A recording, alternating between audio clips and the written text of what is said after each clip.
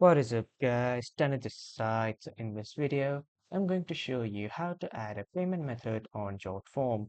So first off, head over to Google or any browser and then in the search bar type in Jotform.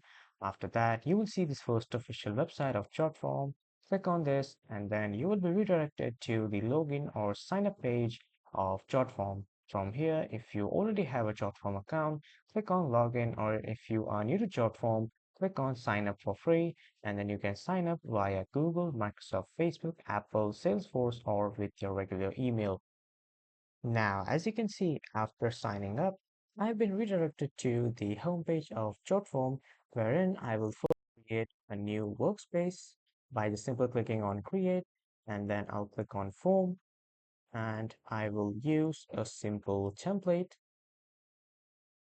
Let's say this one.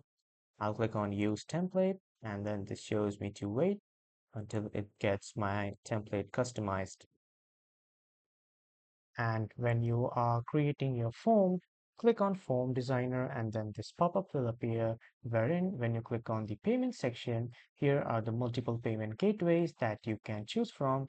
This is Square, PayPal, Authorized, Stripe, Braintree, Afterpay, ClearPay, Apple Pay, Google Pay, CyberSource, BluePay, and here are so many multiple payment gateways that you can choose from and add to your own workflow.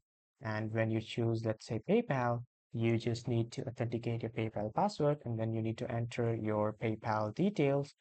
And when you are done, your PayPal payment gateway will be added to your workflow. So this is how you can add a payment method on Jotform. So that was all for this video, everyone. Thank you for watching.